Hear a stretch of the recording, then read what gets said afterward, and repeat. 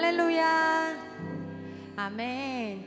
2026년 4월 12일 주일 예배에 나오신 우리 동산의 가족 여러분들을 예수님의 이름으로 환영하고 축복합니다. 우리 한번 이렇게 인사 나눠보고 싶은데요. 나 자신을 향하여서, 옆자리에 계신 사람들을 향하여서 이렇게 한번 나눠주세요. 하나님이 나와 함께 하십니다. 하나님이 나와 함께 하십니다.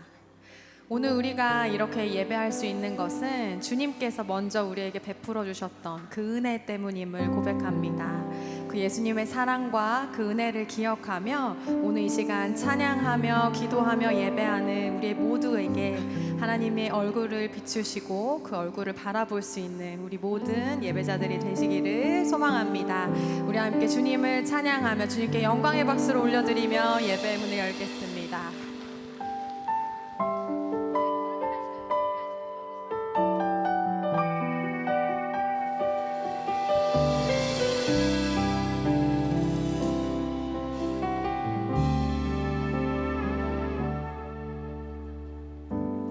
나의 기도하는 것보다 더욱 응답하실 하나님, 나의 생각하는 것보다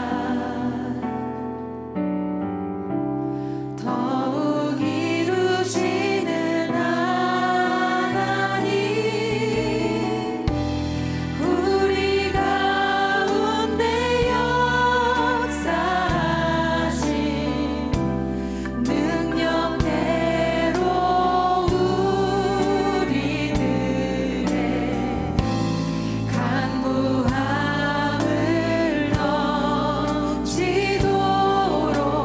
능히 하신 주님께 모든 영광과 존귀 찬양과 경배를 돌리지어다.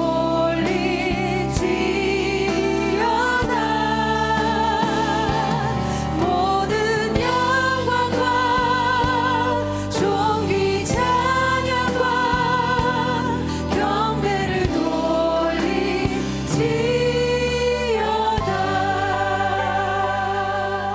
우리 다시 한번 처음부터 고백합니다. 나의 기도하는 것보다 더욱 응답하실 하나님, 나의 생각하는 것보다 더욱 이루시는 하나님,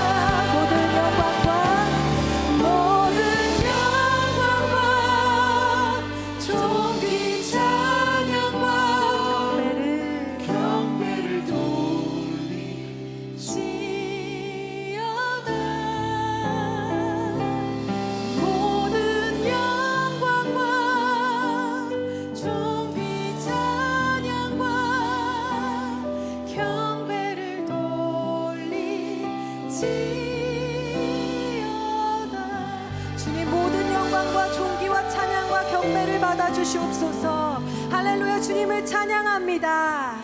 아멘.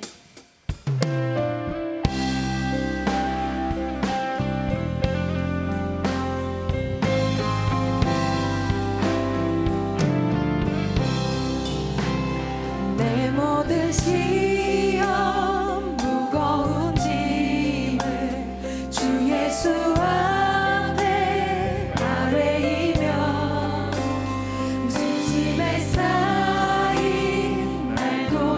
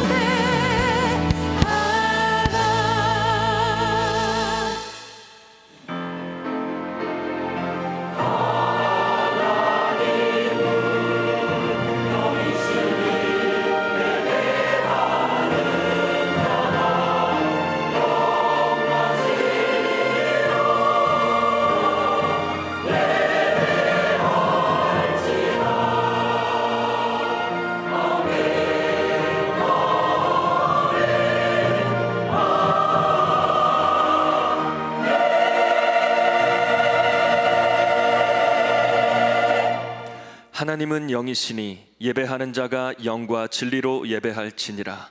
아멘. 다 함께 사도신경으로 우리의 신앙을 고백하겠습니다.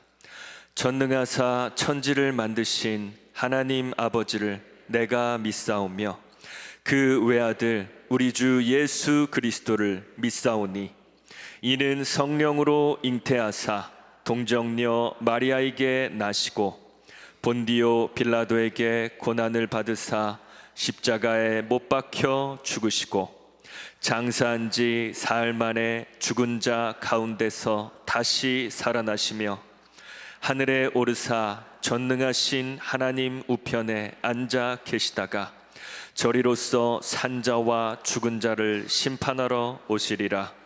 성령을 믿사오며 거룩한 공회와 성도가 서로 교통하는 것과 죄를 사하여 주시는 것과 몸이 다시 사는 것과 영원히 사는 것을 믿사옵나이다. 아멘. 다 함께 자리에 앉으셔서 찬양하겠습니다.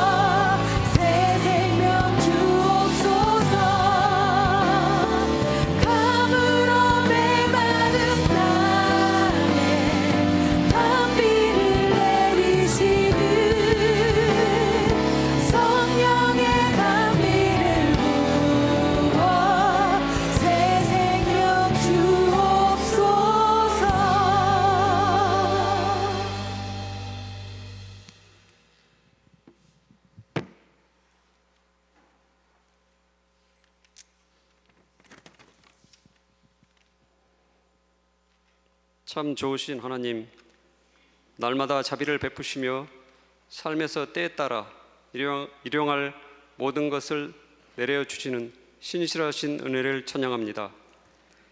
지난 한 주간도 저희를 보호하여 주시고 봄의 한가운데 좋은 날씨를 주시며 거룩한 예배의 자리에 나오게 하심을 감사합니다.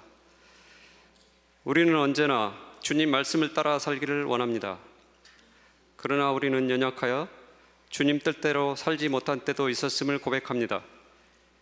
기도보다는 불평을, 말씀보다는 세상의 소리에 더 귀 기울였던 저희의 모습을 고백합니다. 주님 용서해 주시고 다시금 새롭게 하여 주시옵소서. 정결한 마음과 정직한 영을 회복시켜 주시옵소서. 우리 교회 위에 성령님 함께 하시옵소서. 담임 목사님과 교육자들에게 지혜와 능력을 더하시고 각 처에서 찬양으로, 교사로, 교통으로 기타 보이지 않는 곳에서 봉사하는 성도들 위해 건강과 평강을 허락하여 주옵소서. 여러 질병 가운데 있는 성도들에게 치유의 은혜를 주시옵소서. 내일의 염려를 주께 맡깁니다. 생업 위에 함께 하시며 우리의 나갈 길을 열어 주시옵소서. 마음이 상한 이들에게 세상이 줄 수 없는 평안을 허락하여 주시옵소서.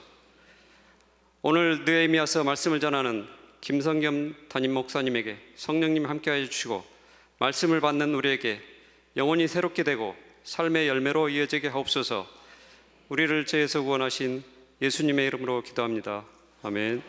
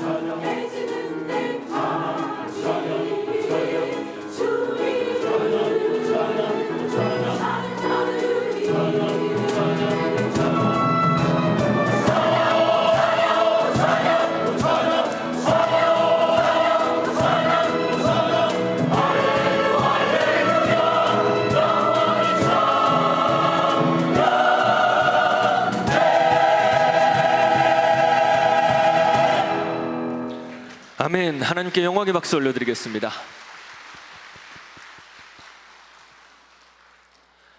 지금부터 안산 동산교회 새가족 수료식을 진행하겠습니다. 안산 동산교회는 모든 교육을 이수하고 수료하는 새가족을 함께 환영하고 축복하고자 예배 중 수료식을 진행합니다. 축복하는 마음으로 새가족들이 단상으로 올라오실 때 박수로 환영하겠습니다.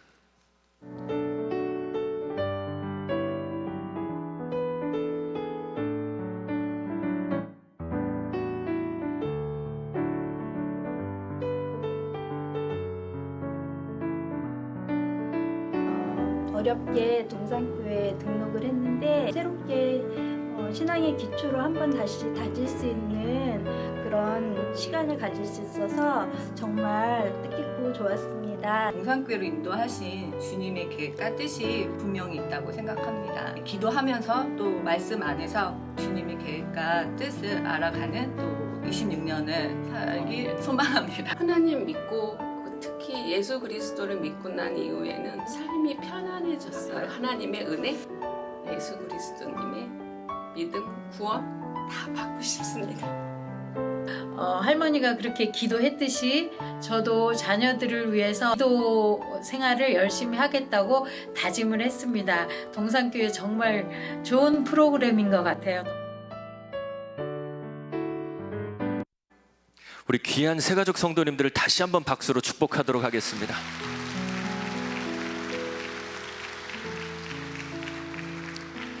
네, 존칭은 생략하겠습니다. 수료증 4교구 조하니. 위 사람은 새가족반 전 과정을 통하여 동산교회의 3대 비전인 하나님을 경험하는 교회, 세상을 축복하는 교회, 미래를 열어가는 교회를 배우고 교회 공동체의 소중한 첫걸음을 내딛는 새가족 교육을 성실히 수여하였기에 이 수료증을 드립니다. 2026년 4월 12일 동산교회 담임목사 김성겸.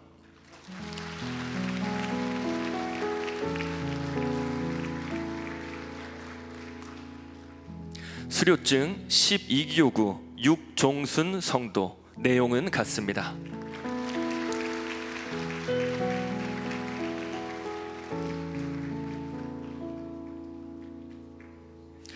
수료증 12교구 김에스더 성도. 내용은 같습니다.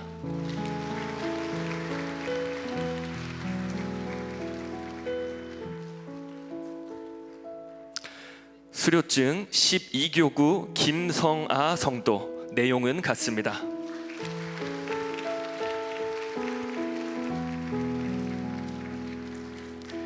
수료증 12교구 로웨나 성도. 내용은 같습니다.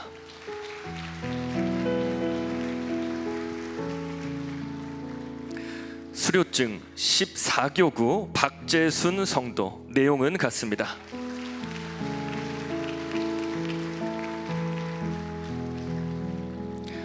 수료증 14교구 정명숙 성도. 내용은 같습니다.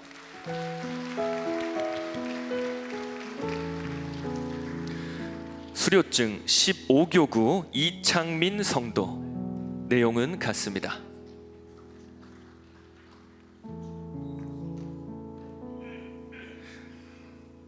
수료증 16교구 문춘하 성도. 내용은 같습니다.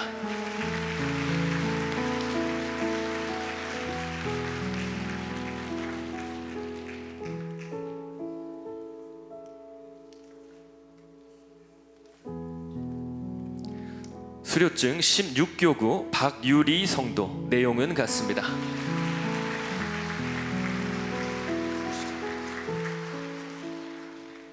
수료증 15교구 김미리 성도. 내용은 같습니다. 수료증 15교구 정사라 성도. 내용은 같습니다. 수료증 15교구 최정두 성도. 내용은 같습니다. 수료증 15교구 이창민 성도. 내용은 같습니다.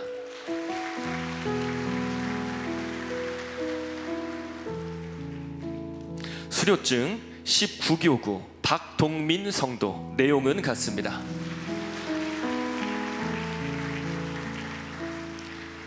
수료증 19교구 오현애 성도. 내용은 같습니다. 수료증 19교구 김은숙 성도. 내용은 같습니다.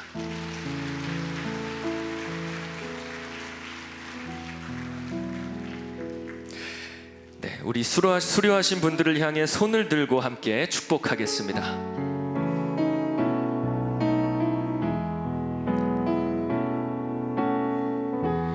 당신은 하나님의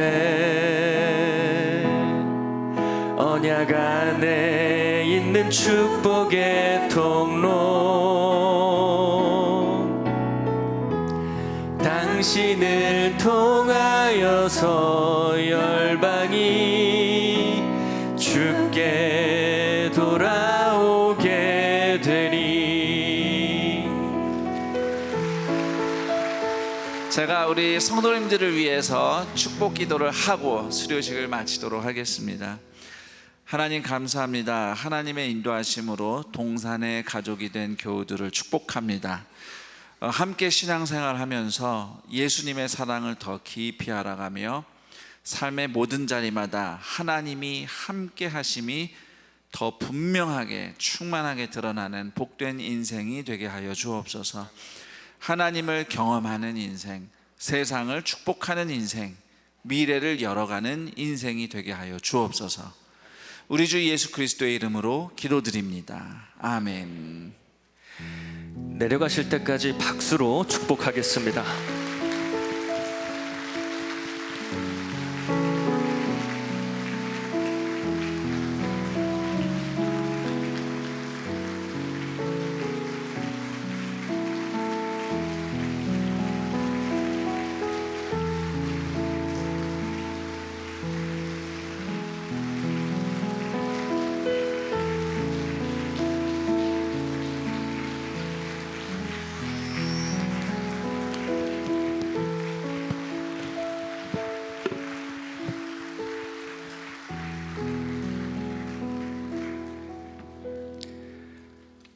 오늘 우리에게 주시는 하나님 말씀은 느헤미야 1장 1절부터 11절까지 말씀입니다. 느헤미야 1장 1절부터 11절까지 말씀입니다. 구약성경 727쪽에 있습니다.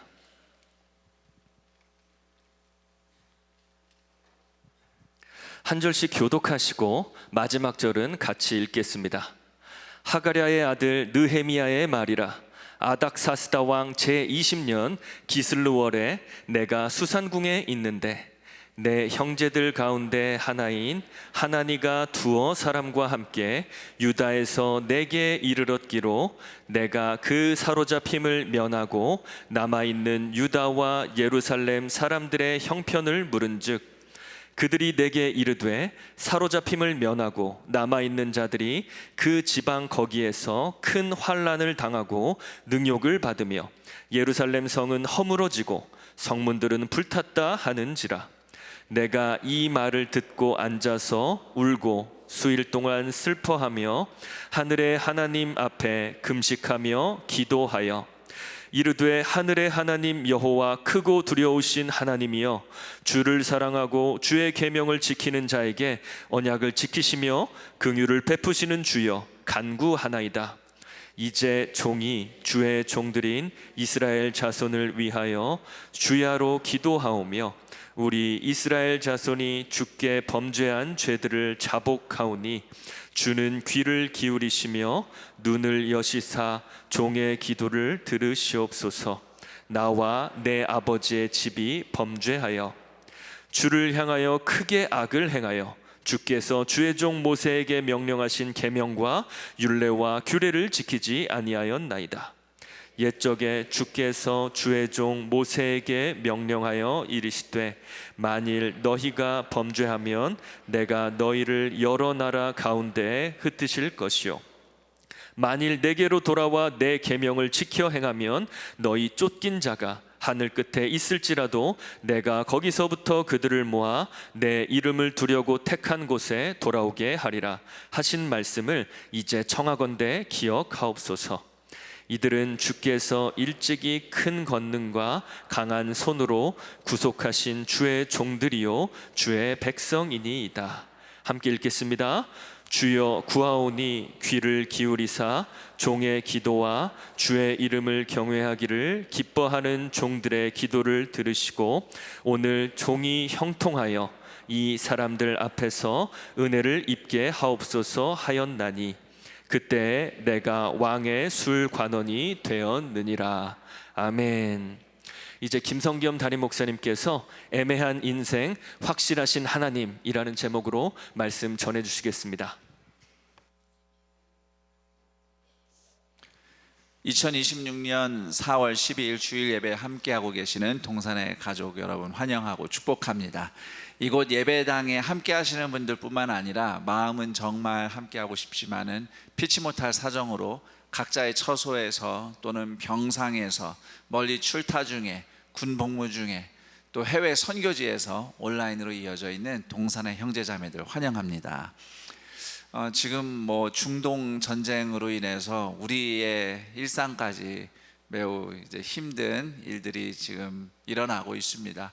그래서 어디선가 시사 프로그램에서 어느 전문가는 비록 혹시라도 정말 뭐 종전이 되더라도 앞으로 한두 달은 고유가를 피할 수 없을 것 같다라는 얘기를 하더라고요. 좀 아주 최대한으로 이제 최악의 상황을 상정하는 분들은 유가가 3,000원에서 4,000원까지도 오를 수 있다 이런 얘기를 하는데 상상도 안 되죠. 그런 어려운 일들이 지금 진행되고 또 우리 앞에 놓여 있을 수 있습니다. 여러분의 일터, 직장, 사업장에서 관련해서 여러 어려움들 속에서 근심이 많으실 줄로 압니다. 그런데 또 우리가 할 수 있는 게 없어요. 우리가 할 수 있는 것은 하나님의 긍휼을 기대하며 기도하는 것뿐입니다. 서로를 위해서 기도하고 또 이 기도 가운데서 또 살아낼 힘과 용기를 얻기를 축복합니다. 더불어서 우리의 먹고 사는 문제도 문제인데요. 또 생각해 보면 그 중동에는 복음이 꼭 필요한 수많은 사람들이 있습니다. 그리고 이란만 해도 사실 몇 년 전부터 여러분들은 그런 얘기 잘 못 들어보셨을 텐데 복음이 눈에 띄지 않게 서민들 사이에서 퍼져나가고 있다는 얘기가 사실은 있었어요. 전쟁은 뭐 좋지 않은 겁니다. 피하는 것이 제일 좋고 또 그런 과정 속에서 손에 피를 묻힌 사람들이 꼭 하나님의 공의로 보응을 받기를 저는 기도합니다. 그런데 이런 최악의 상황을 통해서도 또 하나님께서 그 땅에 누군가를 구원하시려고 지금도 일하신다고 믿고요. 그래서 우리가 이 어려운 상황 속에서 우리가 잘 살아내기를 위해서 기도할 뿐만 아니라 이 어려움을 오히려 넘어서는 복음의 부흥, 복음의 불모지에서 주님의 사랑을 만나는 사람들이 일어나는 그런 선교의 새로운 역사가 일어나기를 또한 기대하며 기도할 수 있는 그런 하늘의 시선을 가진 동산의 가족들이 되기를 기대하고 축복합니다. 그리고 그 먼 중동 땅뿐만 아니라 같은 한반도에도 하나님의 그 도우심과 은혜가 꼭 필요한 억압받는 우리의 동포들이 있다는 사실도 꼭 기억해 주시기를 부탁드립니다. 느헤미야서 1장 1절에서 11절까지의 말씀을 애매한 인생 확실하신 하나님이라는 제목으로 여러분과 함께 나누겠습니다. 혹시 1992년 LA 폭동을 기억하시는 분이 계신가요? 뭐 여러분이 겪어보셨을 일은 없고 뉴스로만 아마 들어본 기억이 있으실 것 같아요. 그때 당시 제가 LA에 살았을 때 고등학생이었습니다. 백인과 흑인 간의 어떤 인종 차별 문제로 시작된 폭동이 사실 LA 뭐 곳곳을 다 폐허로 만들었지만 한인타운을 특별히 강타했죠. 뭐 약탈해가고 불 지르고 곳곳의 건물들이 불타서 무너졌습니다. 자, 폭동이 끝났어요. 이제 복구를 시작해야 되는데 도시를 다니다 보면은 불타 무너진 건물 잔해가 1년이 넘도록 그대로 방치되어 있는 거예요. 저는 나중에 보니까 어떤 데는 5년이 지나도록 복구가 안 된 상태로 남아있는 곳도 있었다고 들었거든요. 왜 이렇게 불탄 건물을 그대로 내버려 두나, 저는 좀 마음이 굉장히 안 좋았거든요, 어린 나이에. 물론 이제 피해 조사와 보상 절차가 너무 복잡하니까 이게 진행이 안 돼서 그랬던 건데, 이 불타 무너진 건물들이 곳곳에 블럭블럭마다 그대로 방치된 도시의 분위기를 저는 잘 압니다. 우울해요. 한마디로 사람이 살만한 동네라고 느껴지지 않아요. 그 잔해를 보면서 그때 또 나쁜 기억이 떠오르기도 하고, 살만한 분위기가 아니죠. 그러니까 사실 그 일을 계기로 한인들이 많이 떠나기도 했어요. 우리 가족도 그때 LA에 살고 있었는데 이제 얼마 후에 다른 도시로 이사를 갔죠. 그렇더라도 한인들이 또 한인타운을 포기하지 않고 끝까지 버티고 재건을 해서 훗날 오히려 더 발전하게 된 것은 감사한 일이라고 생각합니다. 지금으로부터 2500년 전의 예루살렘은 1년 전 폭동 정도가 아니라 140년 전에 있었던 전쟁의 잔해, 그 폐허를 복구하지도 못한 채 그대로 살고 있었어요. 그런데 그런 우울하고 열악한 환경을 52일 만에 복구한 인물이 바로 느헤미야라는 사람입니다. 오늘 말씀은 바로 그 느헤미야의 이야기입니다. 유다 왕국, 하나님을 믿는 백성의 나라여야 하는데 돈과 힘을 앞세우고 인간의 욕망을 숭배하더니 결국 하나님의 심판으로 바벨론에 의해 멸망당했어요. 많은 사람들이 죽고 바벨론은 포로로 끌려갔습니다. 그러나 또한 하나님의 약속대로 바벨론은 무너지고 이후에 바사 제국, 보통은 페르시아라고 부르죠. 페르시아 제국이 들어서면서 유다 백성들이 해방되었어요. 고향으로 돌아가도 좋다. 너희들 예루살렘에 성전도 지어라. 왕이 후원까지 해줍니다. 그때 그 페르시아 왕 고레스, 보통 또 키루스라고도 부르죠. 고레스 왕의 그러한 이제 각 민족의 신앙과 성전을 지어도 좋다라고 그 선언한 원통 그 문서가 있어요. 그 키루스 원통이라고 부르는데 그건 대영 제국 박물관에, 영국에 있는 박물관에 지금도 보관이 되어 있죠. 그때 그 조서 때문에 이스라엘 백성들이 이제 해방된 거예요. 자, 그런데 모든 사람이 다 고향으로 돌아간 건 아니에요. 페르시아 제국은 굉장히 관용적인 사회였기 때문에 유다 사람들 같은 이방인들도 어느 정도 출세가 보장되었죠. 그래서 사실 꽤 많은 유다 사람들은 페르시아에 그냥 계속 머물렀습니다. 그리고 고향으로 돌아가서 예루살렘 성전을 재건한 유다 백성의 숫자는 어떻게 보면 그렇게 많은 숫자는 아니었어요. 자, 그렇게 해방돼서 돌아가서 예루살렘 성전을 재건한 그 시점부터 100년 정도 지났을 때 사람이 느헤미야입니다. 그러니까 100년이면 어마어마한 세월이거든요. 지금 2026년, 100년 전, 100년 전이면 일제시대인데 우리 중에 누가 그때를 기억하고 있습니까? 그때 살고 있는 사람도 없고 그때 일이 당장 와닿지도 않고 그 정도의 간극이 있어요. 느헤미야와 유다 백성들의 해방은요. 느헤미야는 페르시아 왕의 술 관원이었습니다. 그러니까 왕의 음료를 책임지는 사람, 굉장히 왕의 신임을 받는 사람이었겠죠. 왕이 먹고 마시는 것을 돌봐야 했으니까요. 그 느헤미야가 꽤 성공한 사람이라고 말할 수 있습니다. 그런데 그의 인생에 큰 변화가 찾아옵니다. 그의 형제 하나니라고 하는 사람이 예루살렘 성지순례를 갔다 왔어요. 성지순례를 갔다 왔으면 나 은혜 받았어, 성전에 딱 들어가서 예배 드리는데 너무너무 좋았어, 뭐 이런 감동적인 얘기를 들려줬어야 될 텐데, 그의 형제가 들려준 얘기는 예루살렘이 여전히 무너진 폐허 그대로 방치되어 있다라고 아주 비참한 소식을 들려준 겁니다. 예루살렘 성전이 재건되었더라도 예루살렘 성이 제 기능을 못하면 성전은 물론이고 주민들의 삶이 불안정하죠. 그래서 예루살렘 성전 재건은 사실 예루살렘 성벽도 재건이 되어 완성이 되는 겁니다. 성전과 예루살렘 성은 한 세트로 같이 가기 때문이죠. 그렇지 못한 현실을 들은 느헤미야가 마음이 무너져서 수일 동안 금식을 하면서 기도를 했습니다. 유다 백성의 죄를, 그 조상들의 죄를 자기가 진 죄인 양 끌어안고 회개 기도를 했습니다.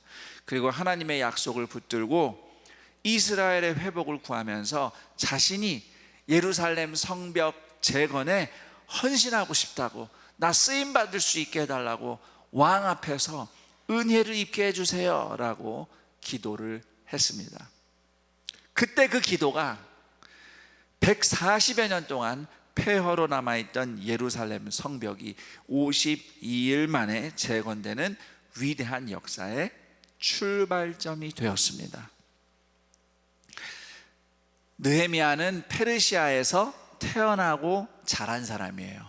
뿐만 아니라 성공도 했어요. 우리식으로 하면은 이민자 2세대, 3세대 정도는 됩니다. 그렇게 살면서 굳이 고향 땅을 생각했을 리는 없습니다. 물론 이제 저는 이제 2세는 아니니까요. 학생 시절까지는 지내다가 미국을 갔으니까. 근데 가서 보면요, 거기 2세, 거기서 태어난 아이들이 있어요.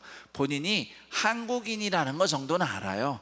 그래도 어떻게 한국어는 좀 하고 살아요. 하지만 굳이 한국을 생각하면서 살진 않아요. 놀러 가고는 싶지만 그런 마음까지는 없을 수밖에 없죠. 왜냐하면 태어나고 자란 그 문화와 사회가 있으니까요. 그건 어쩔 수 없어요. 느헤미야도 신앙생활하고 유다 사람으로 산 건 맞지만 굳이 예루살렘을 생각하고 거기에 마음을 쏟고 그렇게 살지는 않았을 거예요. 그런데 그랬던 느헤미야가 어느 날 문득 그들을 위해서, 고향 땅을 위해서, 예루살렘을 위해서 기도를 하기 시작한 겁니다.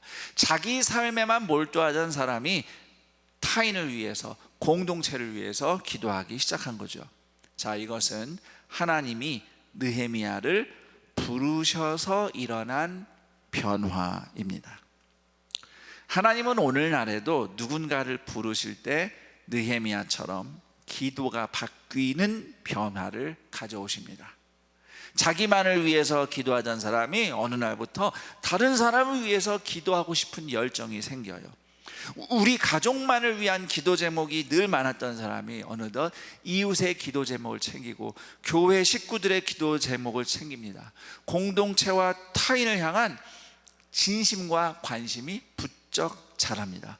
복음이 필요한 사람들, 병들어 아픈 인생들을 위해서 기도하고 싶은 마음이 막 불타올라요.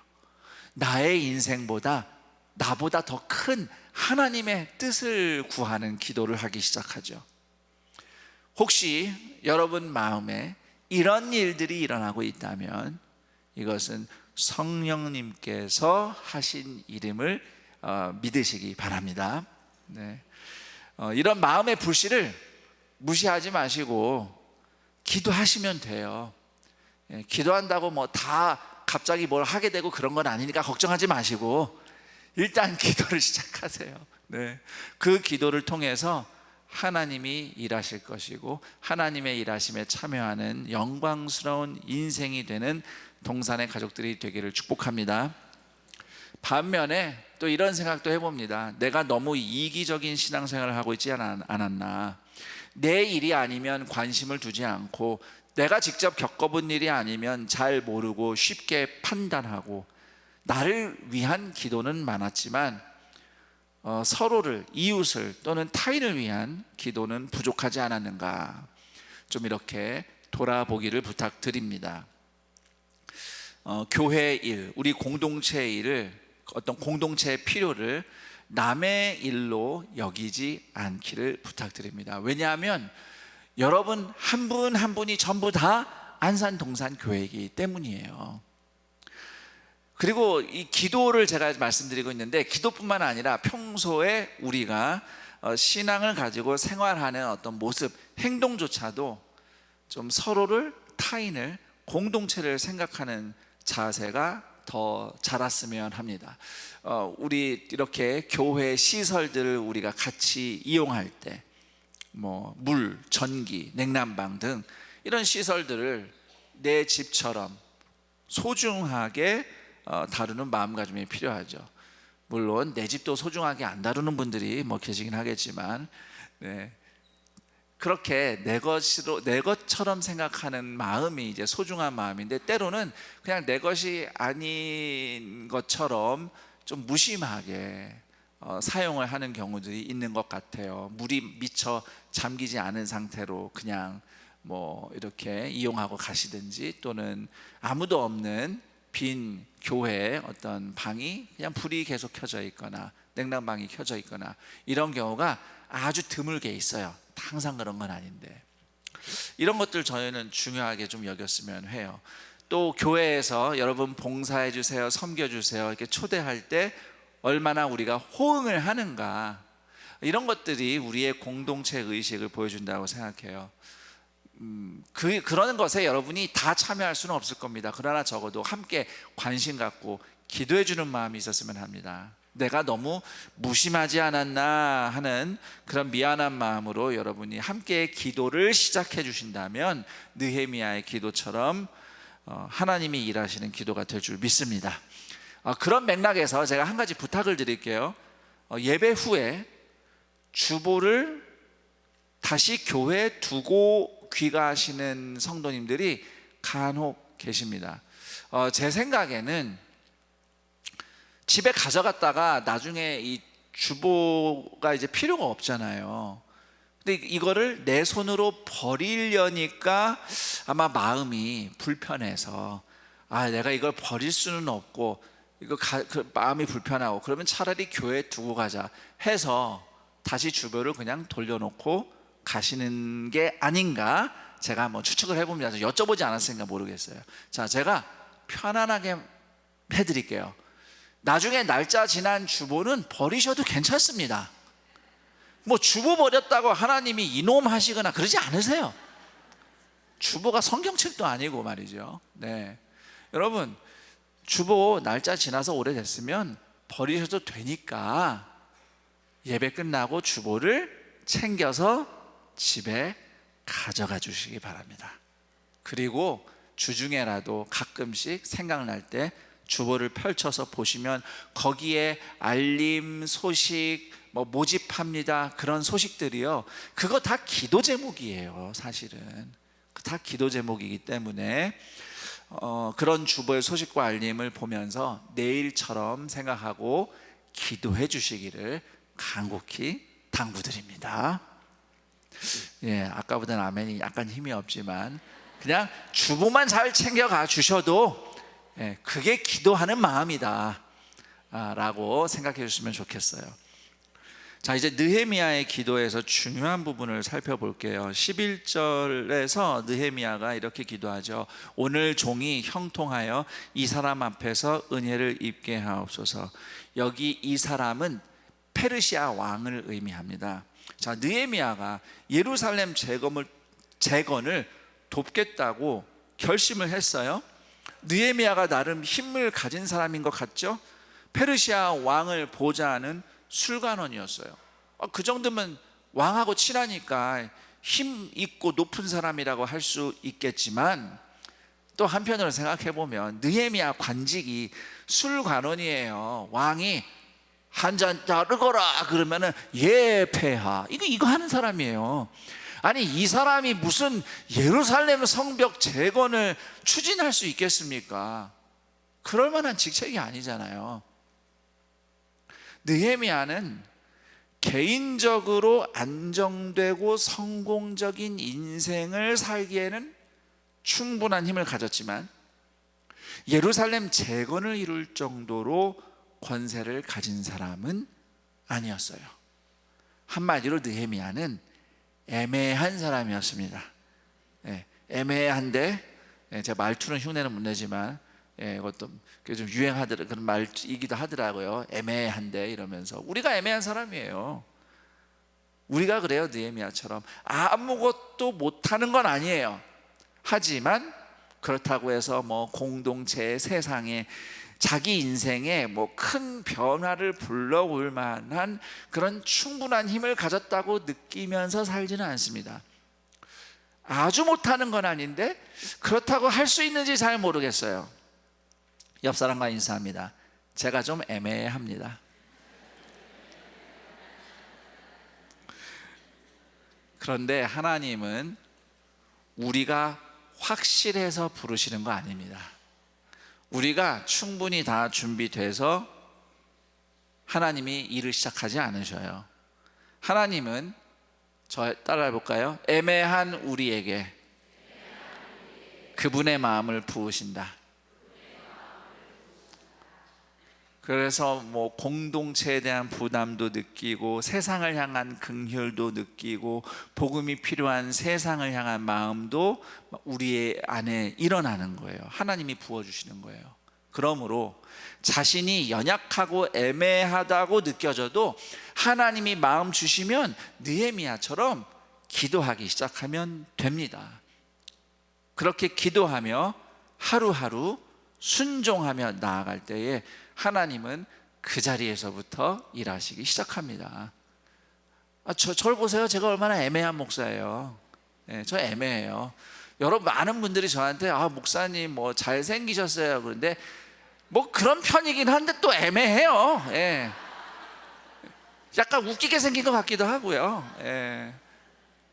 그리고 뭐 괜찮은 목사이긴 한데 그렇다고 뭐 딱히 막 엄청난 목사도 아니고 안산 동산교회 담임 목사를 할 만한 목사인지 좀 애매할 때가 한두 번이 아니에요. 제가 생각해 봤을 때 제가 담임 목사 지금 2016년에 6월에 위임을 받았으니까 올해 6월이면 이제 만 10년이 채워지거든요. 어느새 10년 지나갔어요.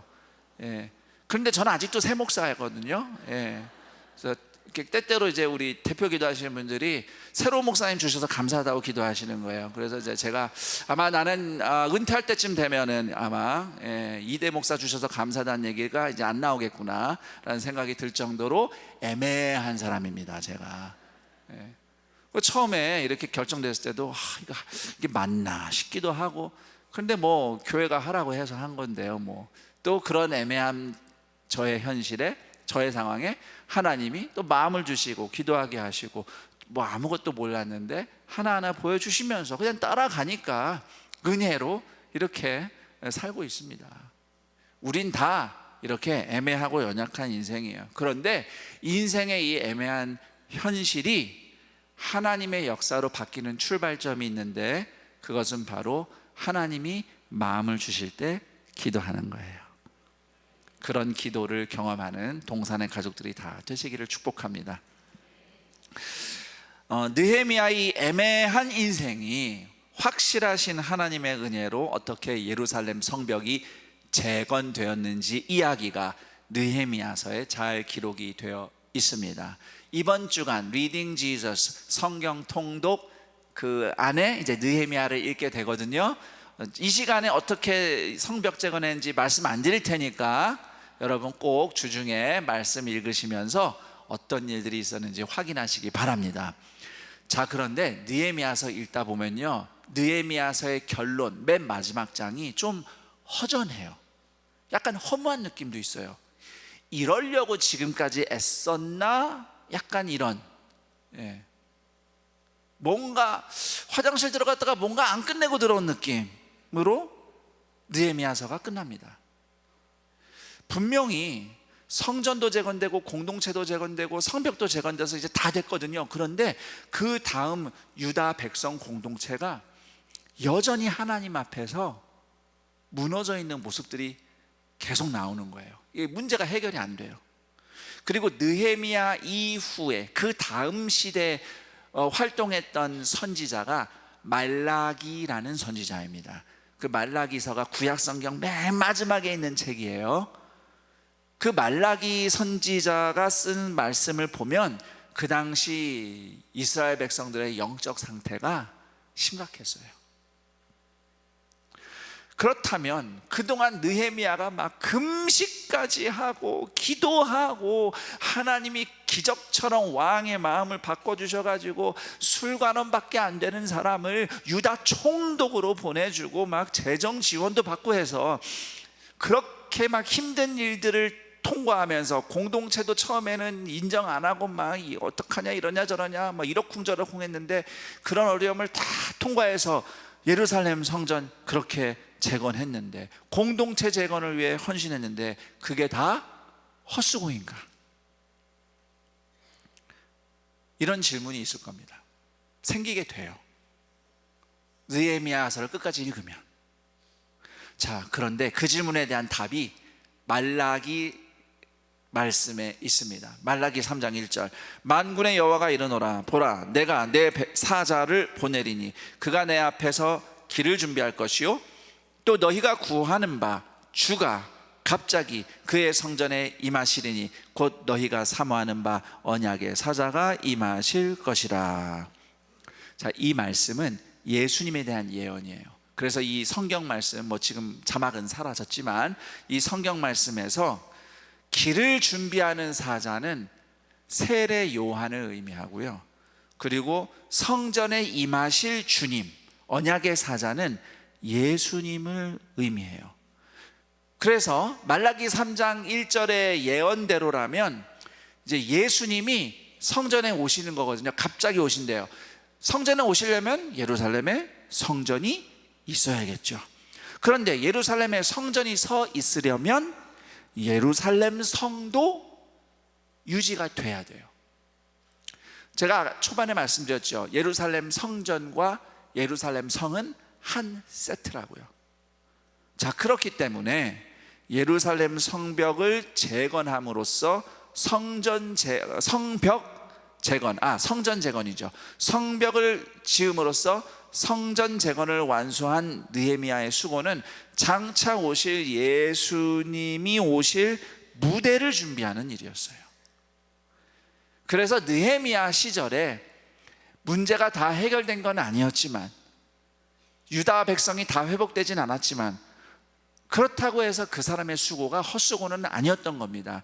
그가 수고한 예루살렘을 무대로 임재하신 예수님 덕분에 느헤미야의 수고는 값진 것이 되었습니다. 이것은 오늘 우리에게도 마찬가지예요. 우리의 수고는 아무리 해도 불완전할 수밖에 없어요.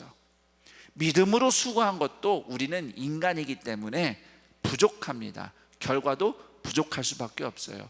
느헤미야도 금식 기도하고 했는데도 결과가 부족하면 여러분이 금식 기도한 거는 결과가 얼마나 부족하겠습니까? 그렇죠? 네. 느헤미야도 그랬는데 인간이라 어쩔 수 없어요. 그런데 우리의 그런 불완전함과 부족함에도 예수님 덕분에 헛수고가 아닌 것이 되는 겁니다. 말라기 선지자의 약속대로 오셔서 십자가 죽음과 부활로 우리를 구원하신 예수님이 약속대로 지금도 우리와 함께 하시고 약속대로 다시 오셔서 다 완성하실 것이기 때문에 우리는 그 믿음을 가지고 오늘도 포기하지 않고 살아가는 겁니다. 전도하려고 기도하고 사랑도 베풀지만 전혀 변하는 게 없을 때가 많죠. 자녀를 위해서 그렇게 애쓰고 기도해도 이놈의 자식들이 부모의 수고를 아는지 모르는지, 기도하는 건 아는지 모르는지, 고마워하는 것 같지도 않고 말이죠. 부모 속만 탈 때가 한두 번이 아닙니다.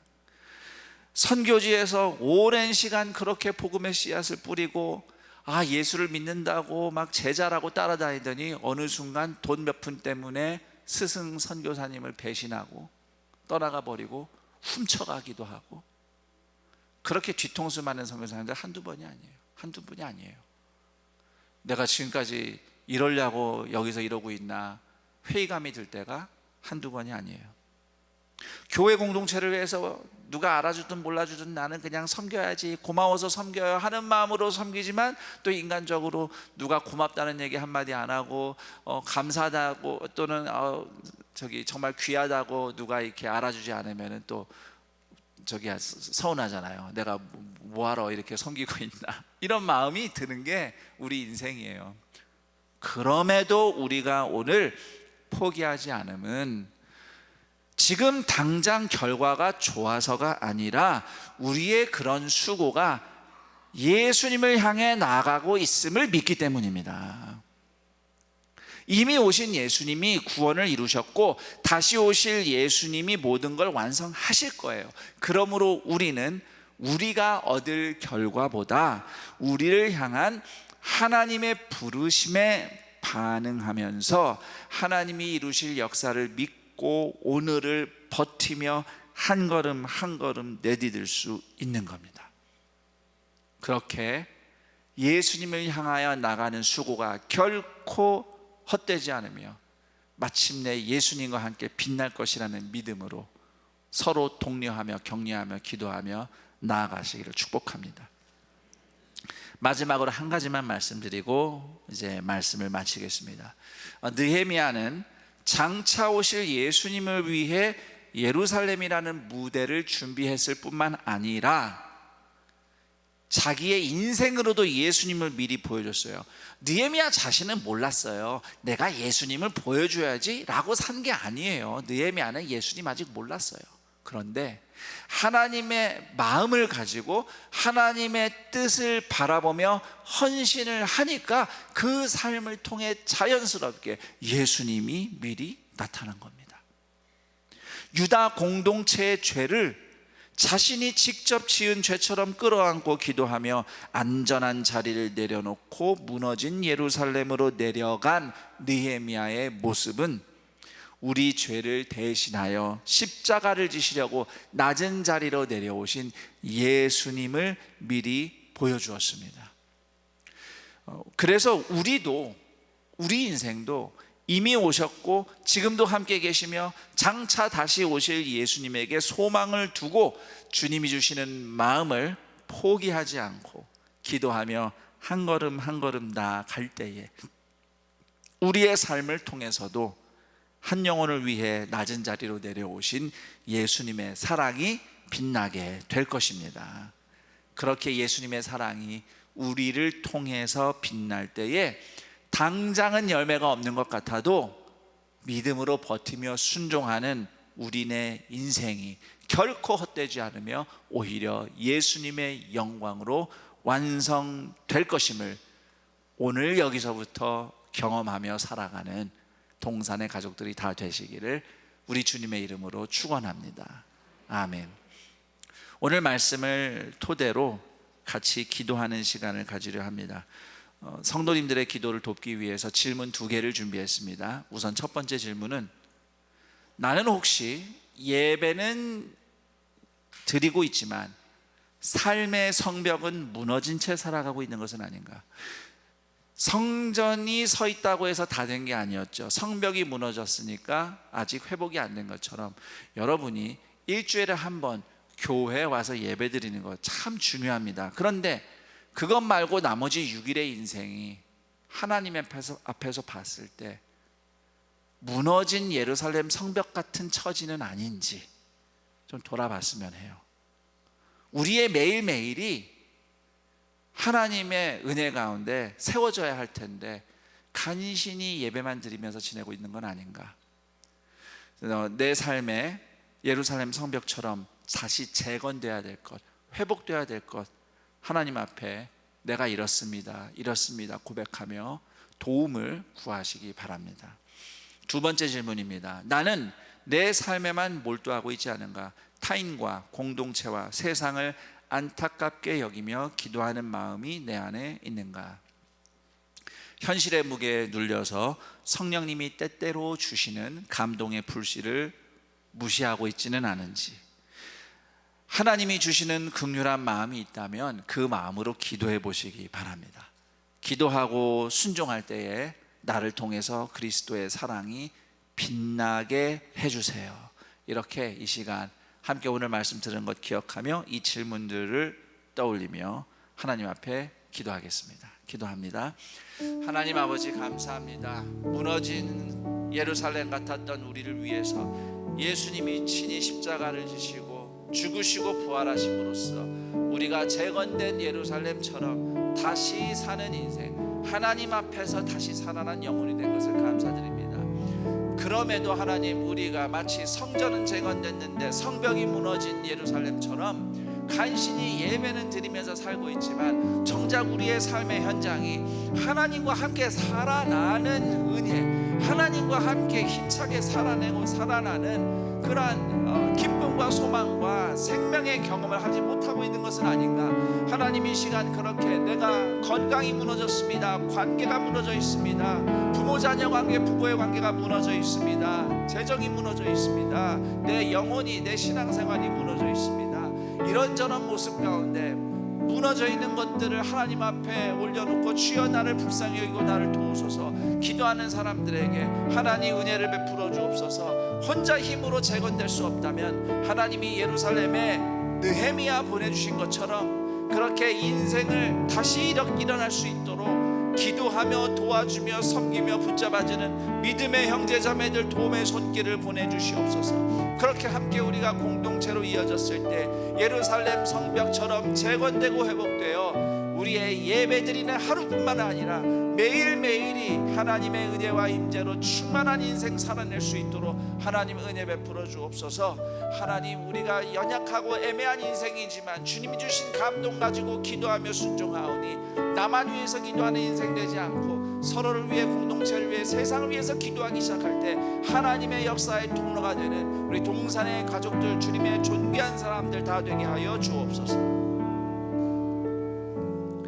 하나님 아버지, 감사합니다. 이 시간 우리를 위해 죽으셨으나 부활하셔서 지금도 우리를 인도하시는 예수님의 사랑에 의지하여 기도하오니 우리 중에 성전은 있으나 성벽이 무너진 예루살렘처럼 예배는 그래도 정기적으로 드리긴 하나 막상 일상이 하나님 앞에서 무너져 있는 성도들이 있다면 이 시간 주님 은혜 베푸사 그들의 인생을 다시 일으켜 주시옵소서.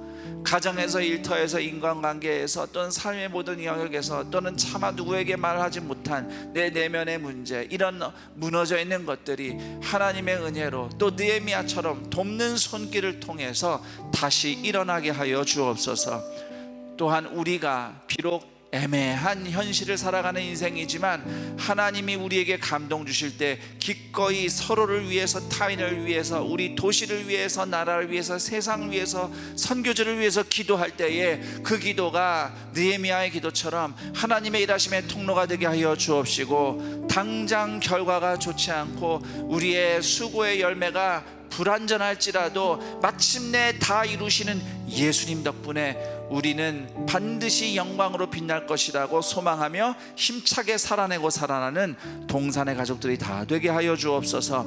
이러한 감사의 마음을 담아 하나님께 예물을 드리니 예물 드리는 손길마다 오늘도 채우시고 공급하시는 은혜 갑절로 부어주시고 예물 쓰이는 곳마다 하나님의 구원과 회복의 역사가 나타나게 하옵소서. 예수님의 이름으로 기도드립니다. 아멘.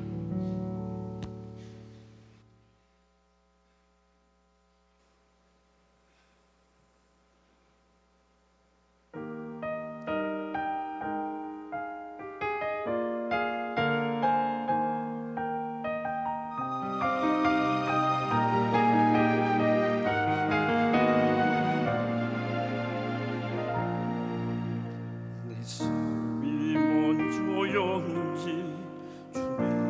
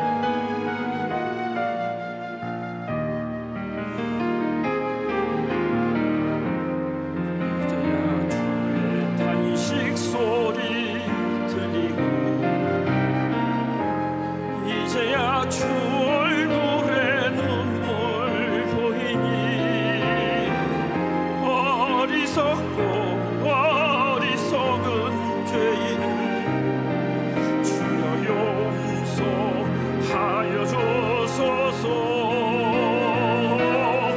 나의 모든 지식과 자랑은 주 십자가 뒤에 숨겨두고 주님만 내 주님만 나타내기를 간절히 원합니다.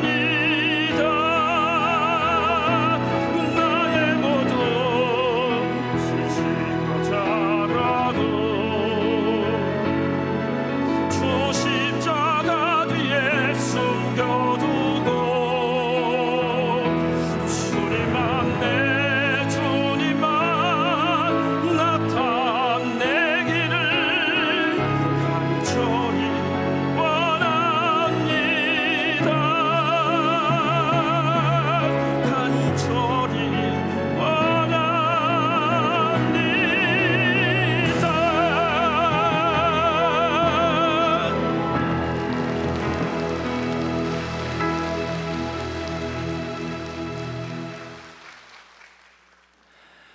오늘 안산동산교회 현장 예배와 온라인 예배로 함께 하시는 모든 분들을 주님의 이름으로 환영하고 축복합니다.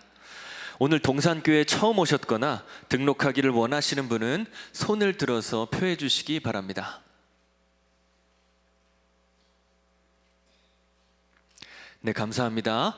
동산의 가족이 되신 분들에게 마음을 담아 박수로 환영하겠습니다.